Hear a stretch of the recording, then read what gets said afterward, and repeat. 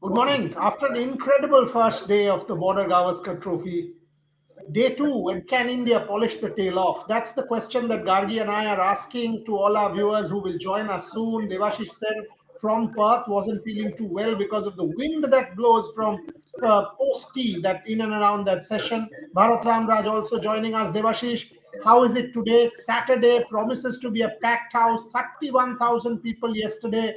You were reporting there. How is it looking in the morning? Weather-wise, I was seeing Rev Sports Hindi. It's all blue. Blue sky, clear weather. Set it up for us. Yeah, it's bright and sunny, and obviously, and it's going to stay like this. Not many people at this moment, but hopefully, later in the day, we might see huge numbers, as was the case yesterday. So, pretty excited of the day's progress because yesterday 17 wickets falling. It can't get better than the way the series got started. Means obviously all, and we expect to be the same. Obviously, for India, they need to get that Australian tail bowled out as low a total as they can, and hopefully put up a good batting. Gary, the point is today will decide the test match. Because if India sort of polishes the tail off and has a reasonable batting effort, this test match could be all India. A 200 run, 250 run lead. So suppose you get a 50 odd run lead and you score a 200, means a 250 run lead on this wicket where your bowlers are bowling well with Justin Bumrah fired up should do the job. Absolutely. If India is able to finish off the tail in the first 30 minutes, I think that would be the best case scenario that would set the momentum right for the Indian team, and then the batting coming on. I think 50 to 70 run lead, that would be the best thing possible for India, and after that it will be I think fairly easy because we've seen that the wicket. Oh right, I wanted to ask Devashish about the wicket. How is it? Are there any cracks forming? What's going on over there? I am still not inside the stadium, Gargi. I am outside. Okay, okay, okay. First day. No, but Yeah, first day. I mean, too early, but there will be cracks. Mitchell Stark actually mentioned that in the press conference, and you can sort of go to Bharat on that. Mitchell Stark mentioned that there are cracks on the wicket and it will not get easy. Thoughts on that? Because you've been mentioning about the cracks and you've been continuously saying that bowl fourth, bowl fourth. Even if it's a 200 run lead, that will be enough if you bowl fourth and bowl well on a wicket like this, Bharat.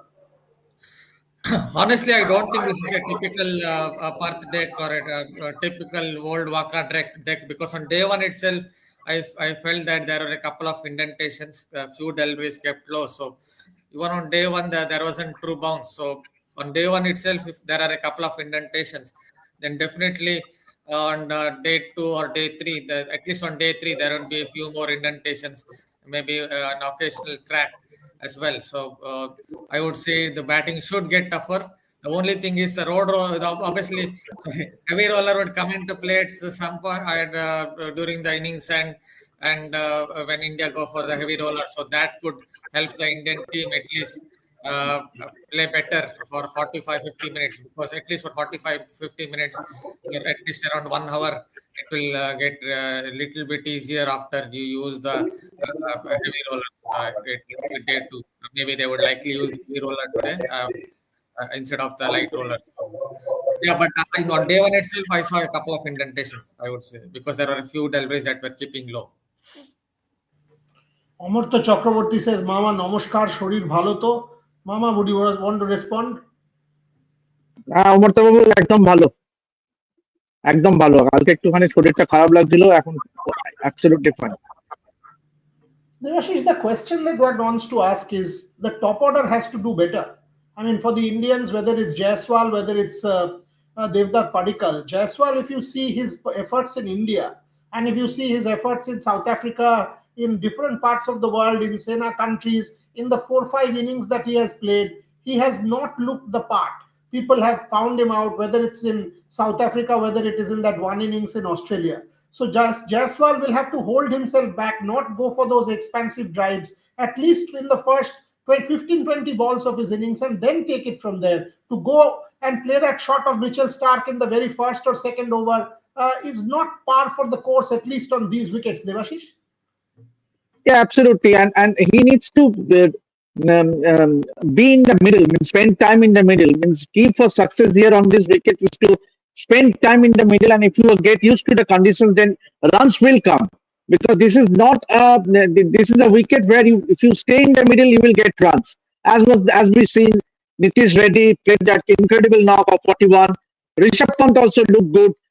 So the key for Indian openers will be to stay in the middle and spend time. If you be at the wicket, on the wicket, there will be runs for the taking. And yes, unfortunately, Yashasvi Jaiswal missed out on an opportunity. First day, yes, initially there will be some juice, but if you settle down, I think today, if India goes on today, India will definitely bat once Australia is bowled out. So I think it will be a very good batting surface. Means day two of the Test match. So ideally, both Yashasvi Jaiswal and the other top order batters need to spend time in the middle, and once you get past that first 10 or 10, 15 overs, there are runs to be taken.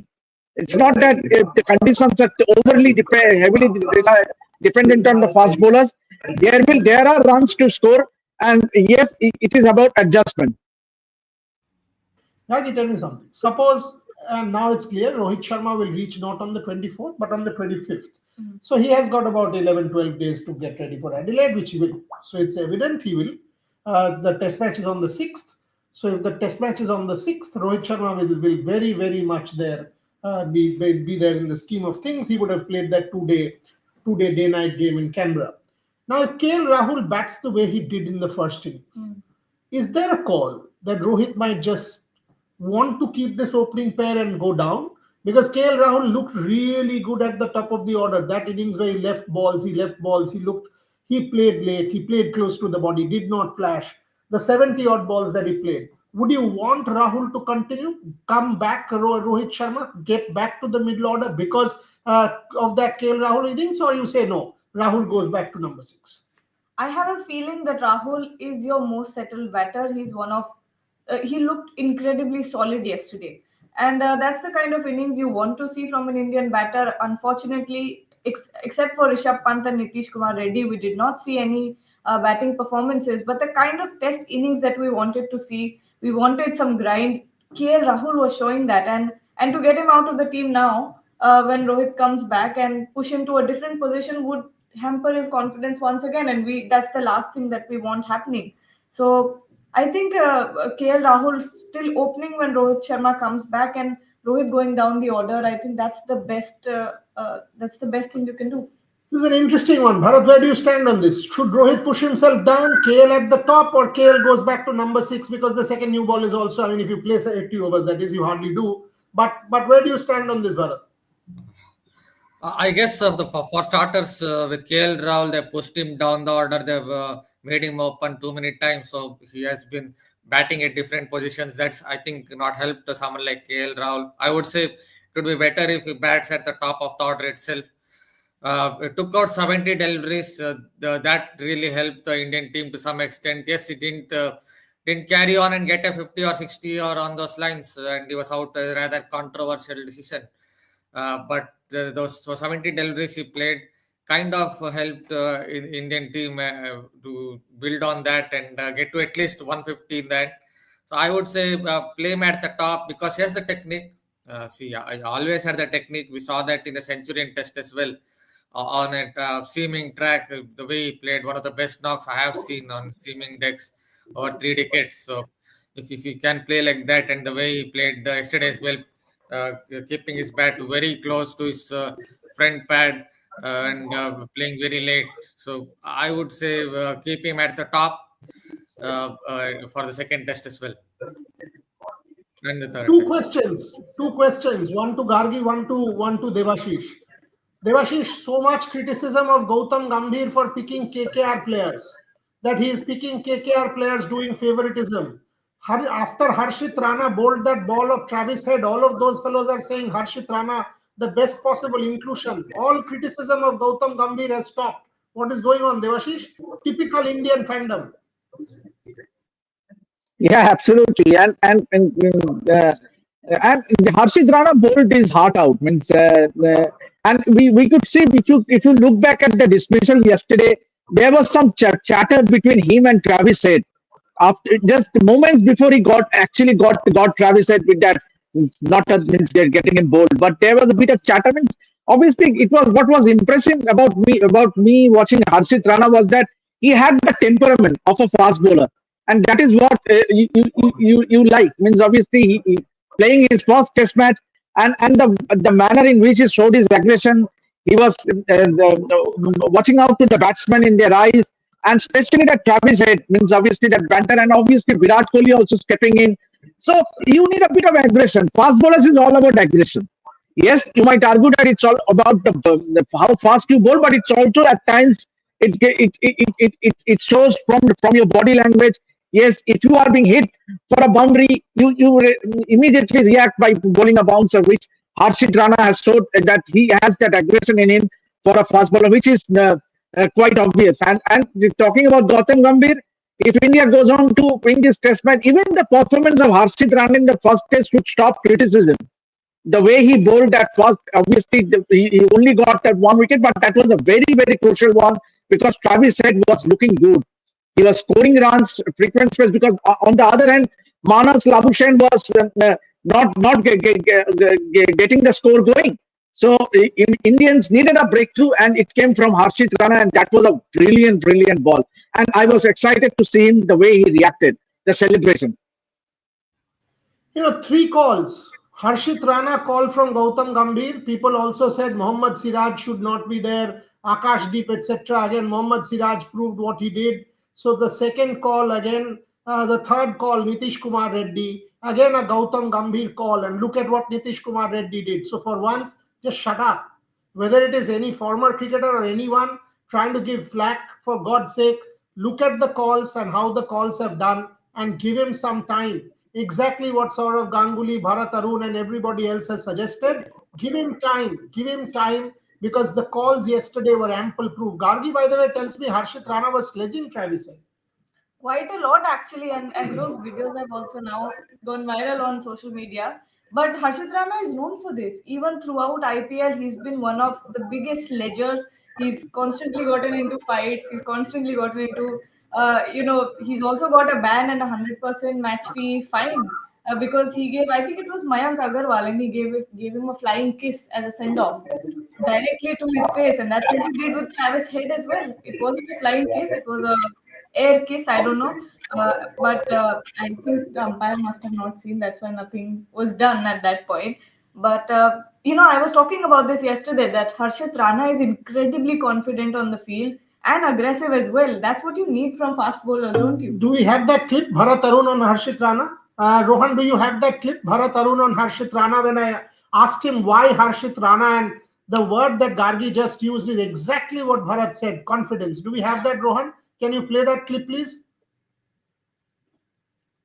Somebody that we are talking up quite a bit.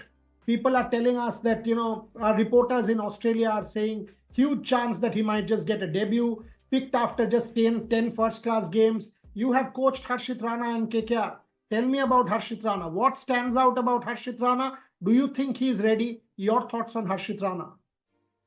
Potentially, if you ask me, I would say that Harshit is definitely ready. And especially tall fast bowlers in Australia would get a lot more bounce because they tend to hit the ball at a different angle. And Harshit has the ability to move the ball as well.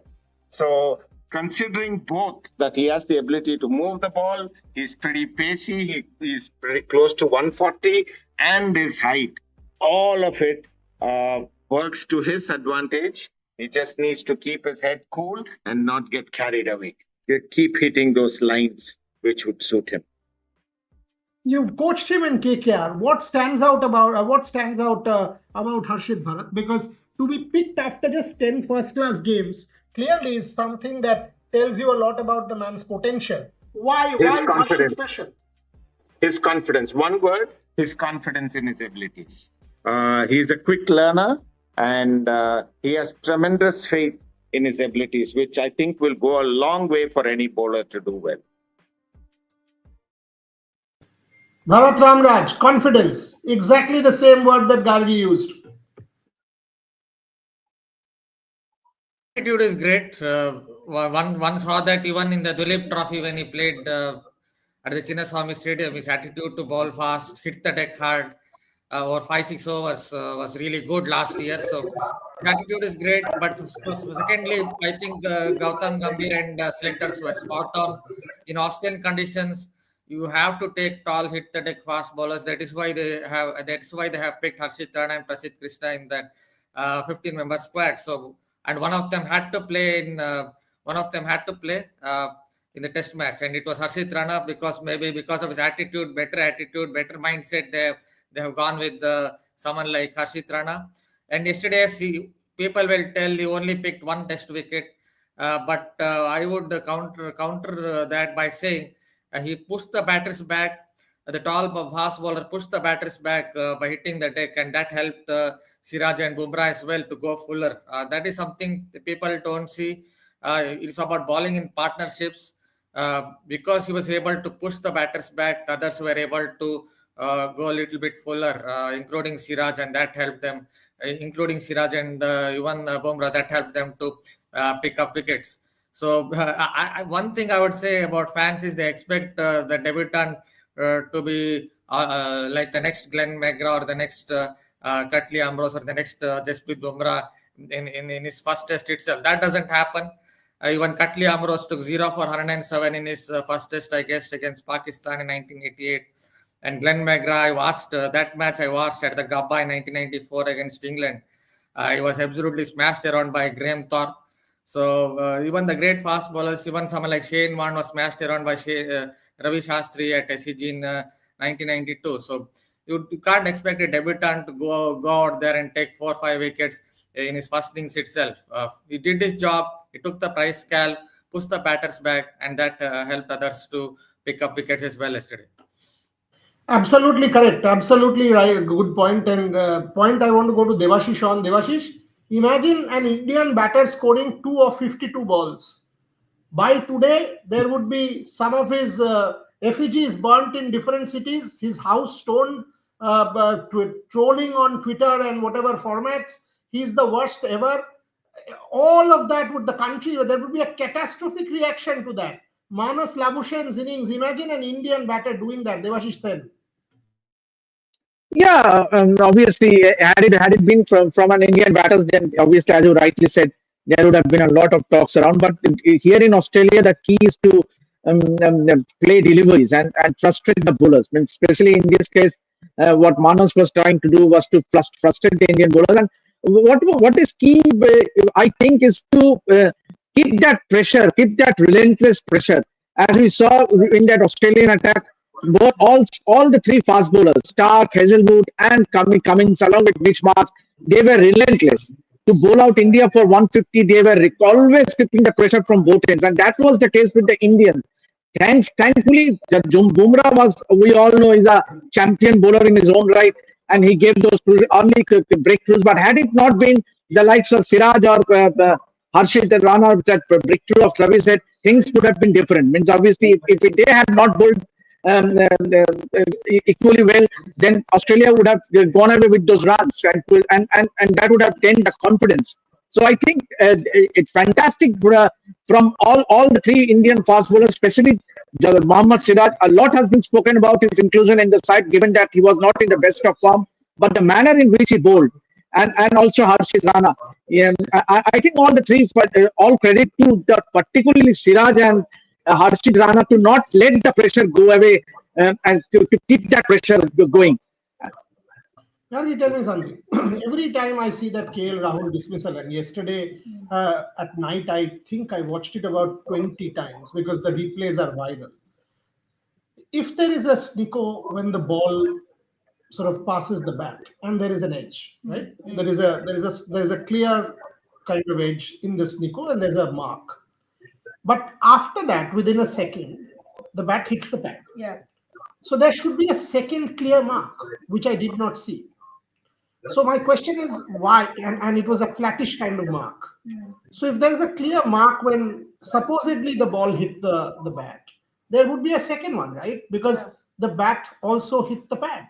So there should be a second clear mark when the ball has passed because the bat has hit the pad. That should also be picked up by technology. I did not see that. So where do we stand on it 24 hours? Do we still find it conclusively that yes, it was out? Or do we now say no, there was really no conclusive evidence for the umpire to overturn the on-field call? The things that you're talking about, the angles and the snicko mark, these are the things that are confusing and exactly why the decision shouldn't have been overturned. Because I was also looking at those angles and I was looking at the timing of the angles and the frame that was at the broadcaster. When you look at the snicko, when the mark went off, when the snicko went off, and the side by side frame that was playing, I think those were two different frames. For some, I don't know, I might be wrong, but it seemed like that snicko was because of the bat hitting the pad. I felt like that, but still, I'm still confused about this because there's no conclusive evidence that it was the ball hitting the bat. That is my point. Bharat Ramraj, where do you stand on this? I will ask Devashish Sen what was the ground reaction because I've seen it too many times and I still don't find conclusive evidence. Bharat Ramraj. I guess I would stand by what I just said yesterday as well. If you ask me, it should have gone in the batter's favor, but that is how it is. The third umpire thought it wasn't. There was enough evidence for him to give it out and gave KL Rahul out. Obviously, it was a controversial decision, I would say. And if I if I were in KL Rahul's place or in KL Rahul's shoes, then I would have definitely felt disappointed. The thought of it for at least one day because he was batting really well. It gauged the conditions, it assessed the conditions, and it looked like he could at least get a score of 50 or 60 and get India to 200. So if I were in his shoes, I would have definitely been quite disappointed. Devashish Sen, where do you stand? Yeah, Gagi wants to say something. Yeah. When we look back on the broadcast, the third umpire kept asking for more angles, but those are not given. Then why did he overturn? I don't know. Then why did he overturn it? Devashish, where do you stand on this? And also, is it true that a couple of Twitter people, I was seeing, in fact, one of our guys, I think Rohit Juglan had tweeted that when KL Rahul picked up that catch and the Australian crowd was booing him, when that catch went up, Manas Labuschagne was asking for that catch to be reviewed. Where do you stand on the KL Rahul decision and what happened during that catch, Devashish Sen? That was a clear catch. And if you remember, just a few moments earlier, Virat Kohli, when he dropped that catch, he immediately signaled that it was not fair catch. So you cannot question the Indians as far as the honesty is concerned. Clearly, and Australians have a history of it. We know when Saurav Ganguly, Nick Tuan, and Ricky Ponting and Michael Clark, and that is part of our folk history. I at least still remember that incident. So, but the point about the KL Rahul dismissal, I was having a word with Shubhayan today while we were coming to the ground. He was having a chat with Brett Lee, and he clearly said that was an age, and that was a clear dismissal. So Australians are pretty much sure that it was out.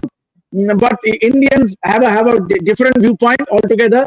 I did have a chat with a few supporters, and they also feel that, and Aussie supporters, they also feel that it was out. So clearly it is divided.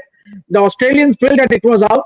Indians have a different viewpoint. But the point is that obviously there were no clear evidence to the benefit should have gone to the batsman, and also it also raises questions about what is a better, as far as technology is concerned, which is far more better, means whether it's the sneaker or it's the hotspot.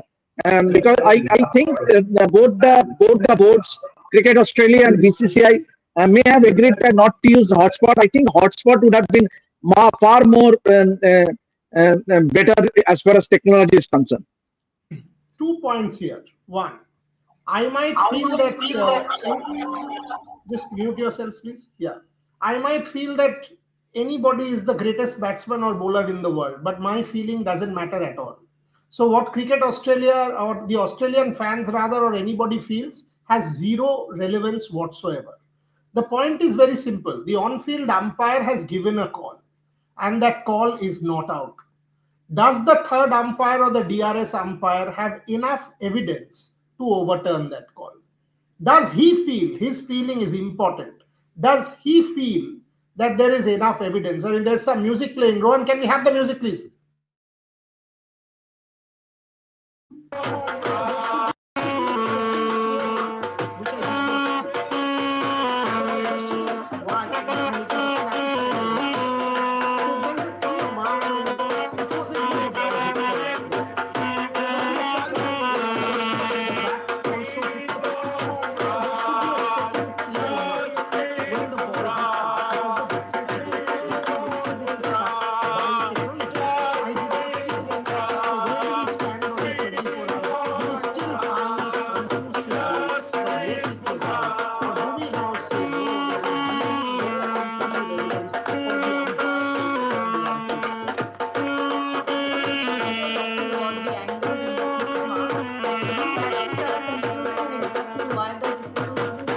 No, that's good.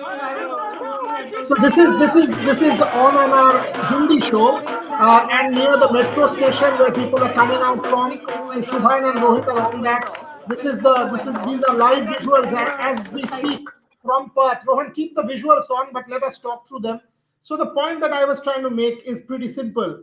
That unless there is conclusive evidence on the part of the DRS umpire to overturn that call, that's all that matters. And you have actually gone ahead and asked Richard Kettleborough to overturn his call from on ground. And that's where my entire problem stems from with that decision.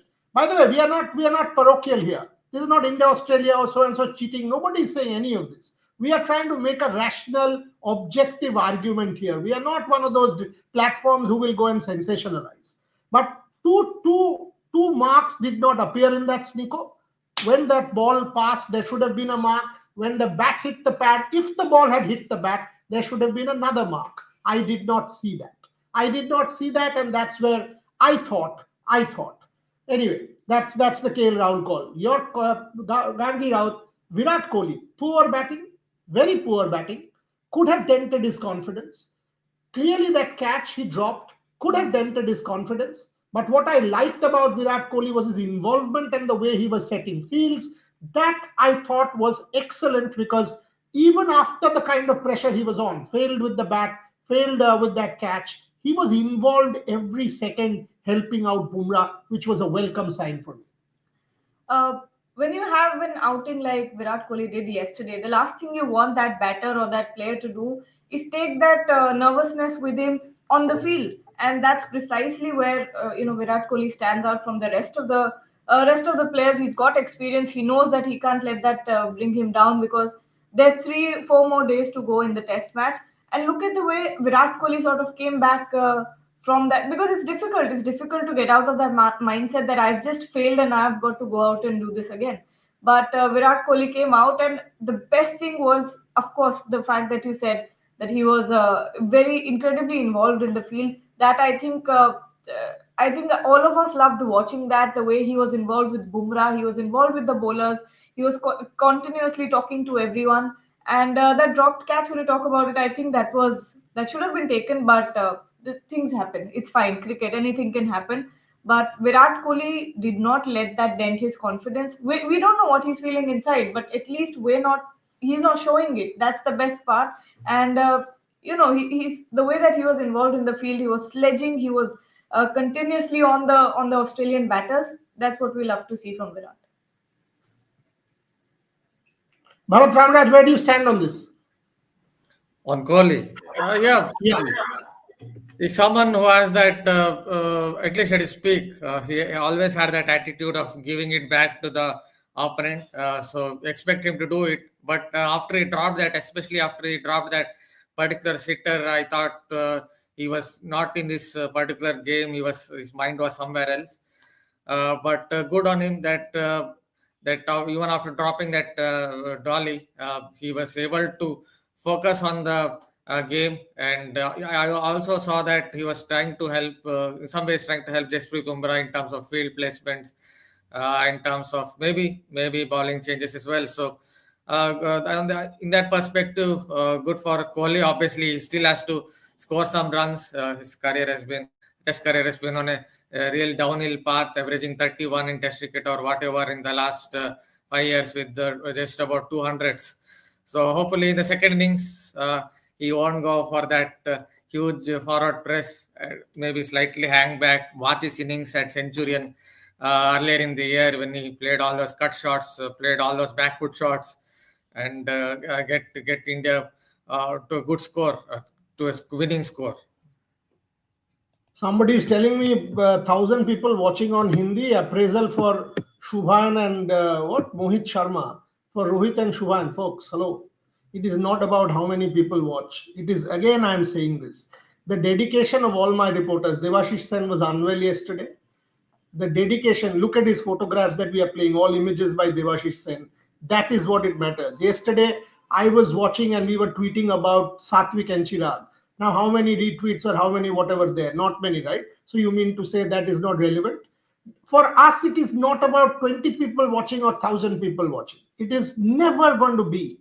It will always be about quality reportage, about quality coverage. If I start bashing Virat Kohli now, there will be way many more viewers. Or if we start praising, because yesterday I was seeing a lot of digital, creators. Virat Kohli, the leader. Virat Kohli has not done anything yesterday to be hailed like that. It was Jasprit Bumrah's day, and I understand why you're doing it, because that fetches numbers. That's not us. You can do what you want, but that is not us. So Shubhan, Rohit, Gargi, Bharat, myself, the entire back-end team at Rev Sports, Rohan has been up from 5:30 doing it, Snehashish. We are not in this for numbers. We want to do sport. There is a very clear difference between numbers and sport. Porn sells. This is not, and some journalism is masquerading. Journalists masquerade as porn stars. We are not that. This is nonsense going on in some other platforms where people mimic cricketers. They do body stuff. I mean, body shaming kind of stuff. Absolute bogus. We are not in that. So this is not about numbers. Never will be. By the way, on that note, that Satvik Chirag match against Astrup and Rasmussen was incredible yesterday. And today they are playing the Korean pair of Seo and Jin. Watch that game in the evening. Devashish Sen, 20 minutes to go. Your realistic assessment, 50-run lead, 40-run lead, low scoring game, even a 40-run lead would be extremely handy according to me. Devashish Sen.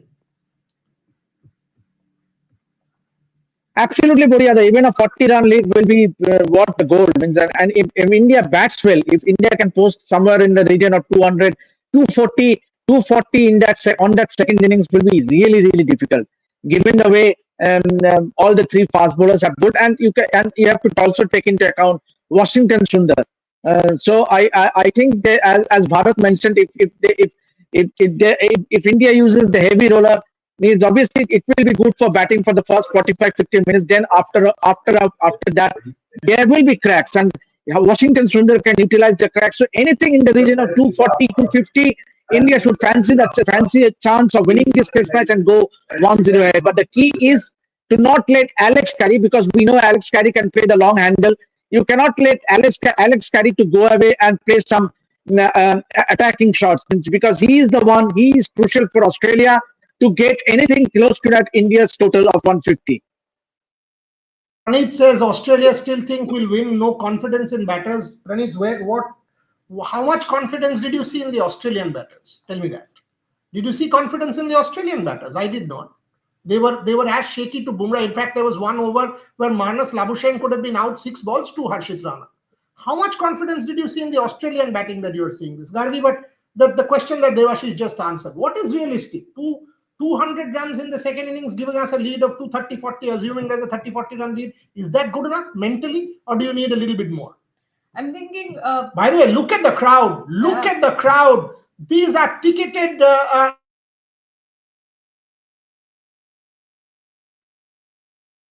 It's a Saturday. Look at the crowd. Look at the crowd. Packed stadium, Optus Stadium. The ticketed holders already there. 20 minutes to go for the start of the game. We are expecting a 30,000 plus crowd. This is what you want to see in a test match. Absolute jam pack. When Melbourne comes, there'll be a 90,000 people. Yesterday, I was having a chat with a couple of people in Melbourne, and they're saying 90 plus thousand people on day one at Boxing Day. They've already got tickets sold. Unbelievable. Unbelievable. I'd love to see this in Indian stadiums. Gandhi Rao. Yeah, I mean, look at the excitement. My goodness.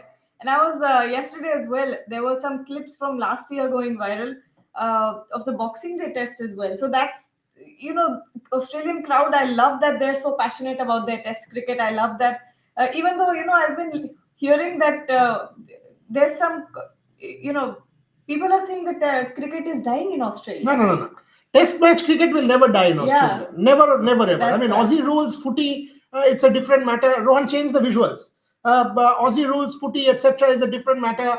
But Bharat Ramraj, the extraordinary visuals outside the Optus Stadium now is an excellent sign for Test cricket. Yeah, and Australia Test cricket, at least the big ticket series, there will always be a crowd for it.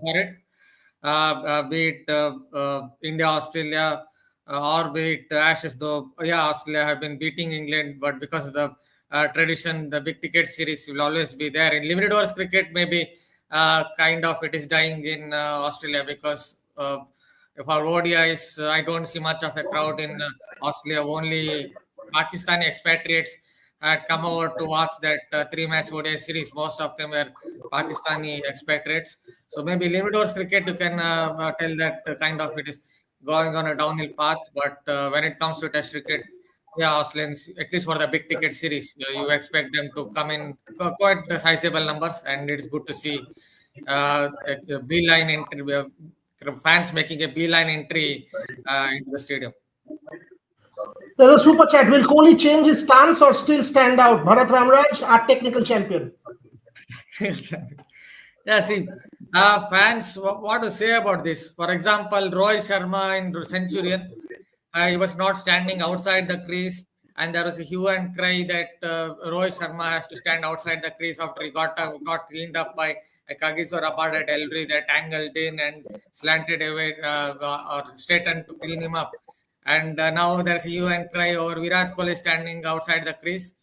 See, the problem with standing outside the crease is because you're already outside the crease. There's a good chance that your front foot might go across and you would get caught behind the slip cordon.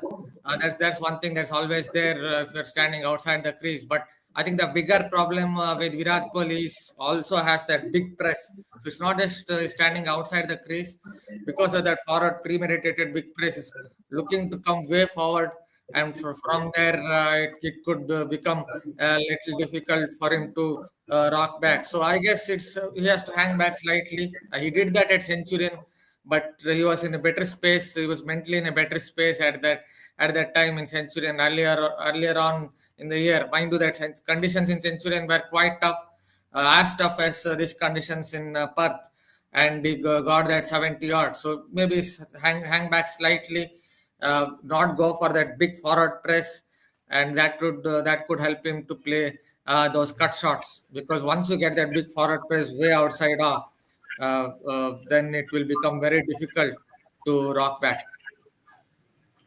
Devashish Sen, last 8-10 minutes on the show. I know you need to go, so this answer and you can go in. They were as good back foot like Sachin. Dravid needs to hang back. Yeah, we are saying that. Shagrik Ghosh saying we expect this number of people. After all, it's BGT. In Ashes, you get a huge crowd, folks. Shagrik, absolutely. And Boxing Day, 90,000 log thakbe bhai. 90,000 people in Melbourne on Boxing Day, and about 45,000 odd in Sydney on New Year's. Not New Year's, on 3rd of Jan for the New Year Test match. And by the way, all of us will be there. We'll do a show out of Sydney Harbour, 7-8 of us. The biggest ever Indian media contingent in Australia. Should be fun. Absolutely right, Shagnik. Devashish, hand on heart, should India settle this today? Because today will decide this Test match in many, many ways. What are your thoughts? Can India, against all odds, these are live visuals from the Optus Stadium, people walking in, Devashish Sen, can India set up this Test match? Yeah, the key for India will be to bat well in the second innings, and that will set the match for India, and hopefully the match will get over. I don't see the match being stretched after the third day, and the match will definitely be over by end of day 3. But for India to go 1-0 ahead, the key will be to bat well, and especially if you can give Australia a total of something in the region of 220 to 240, then things might be very, very interesting. Yes, we have already mentioned that the Australian batters did not look confident except for Travis Head. So, and key for India will be to bat well, and hopefully Virat Kohli gets going in the second innings. The point here is Devashish Sen said day three the match will get over. Whole of the world was like, "Arey, what will happen with the IPL auctions?" The two teams are doing justice to their fans. They will make sure that the match is over so that everybody can follow the IPL auction with tremendous amount of happiness. Devashish will not have to double up. Everybody, all our reporters can report on the auction as well. And Ishan Shahane has landed in Jeddah, by the way. So today evening, 6 to 7 p.m., Devashish Sen, Bharat Ramraj, Gargi Raut, myself, Shubha and Rohit, Ishan from Jeddah, we will do a special on the auction and we will tell you who are the picks of certain teams from our sources inside, how are the teams pairing. Meetings have been on in Dubai, for example, in Kolkata, for example, in different parts of the world, for example, with the coaches, with the think tanks. We will tell you who are the players the teams are targeting in that special show in the evening. But before that, we want a good day from India. Bharat Ramraj, same question, hand on heart. Can India set this test match up today? And then I'll go to Gargi Raut on this. Yeah, they have to do the right things. First of all, ball out Australia, 67 for 7. Maybe maximum hope that Australia will get 30 more runs. Then with a lead of 50, then the game is set for India to bat better in the second innings, get at least about 170, 180 in the second innings. Then that would push the lead to 220, 230.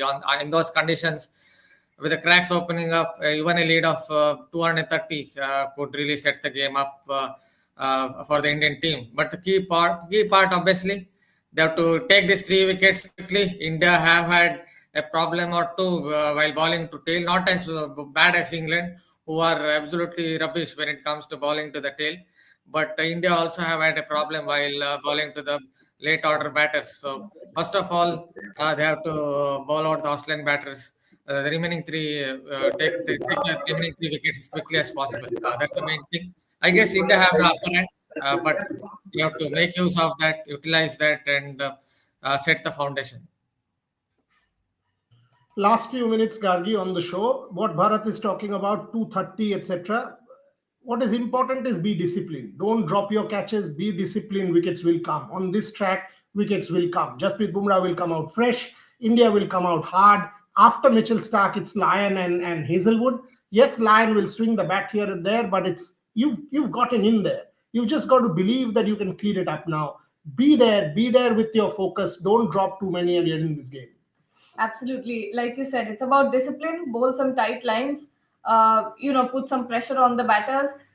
Once the runs keep drying up, I think they'll automatically get under pressure because they're still trailing by considerable amount of runs, and they'll be looking to, sort of get closer to the target. But at this point, it doesn't seem possible. But at the same time, you cannot underestimate Alex Carey and Mitchell Starc. They can bat. So once you get these 2 out, I think it's game over for Australia. And I'm really counting on Jasprit Bumrah to get those crucial wickets in the first half an hour. It will be an exciting start to the test match if that happens.